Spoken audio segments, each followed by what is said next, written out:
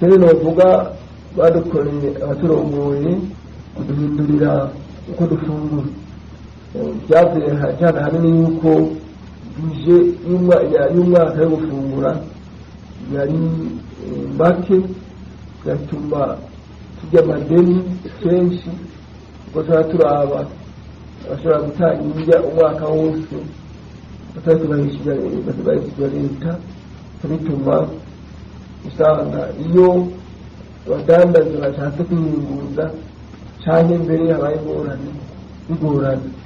Nyamara kurikiye yuko mu minsi yahera twagize ingorane mu kwezi kwa gatatu kwa kabiri w'umwaka, harabaye ingorane bijyanye no gufungura abasirikare kubera ibiciro byari byaduze kimwe avuga, bituma abadandaza bavuga bati twe tuhagaritse twongereye ibiciro by'ifungurwa tuzakubahinga, bituma rero tugira ingorane.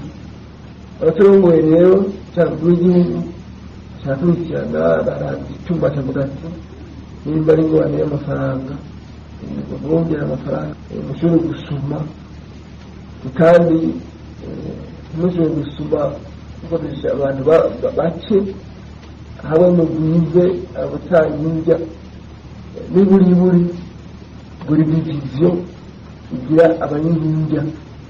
Hanyuma navuga ko baduhinduriye bavuga yuko hejuru y'umuceri n'ibiharage tuba dufungura, turabona ibigori, turabona umugati mu gatondo, umukate w'abahanga n'inatudu, umutane ibindi tuwufungura, baciye bashyira ko ibyamwa, umutungo nabonye nk'aha bawufise, tuba tuwufise kandi fresh, tujya amagufu tuwushyiramo n'inyama zibagiweho hamwe n'amabwate y'amafi.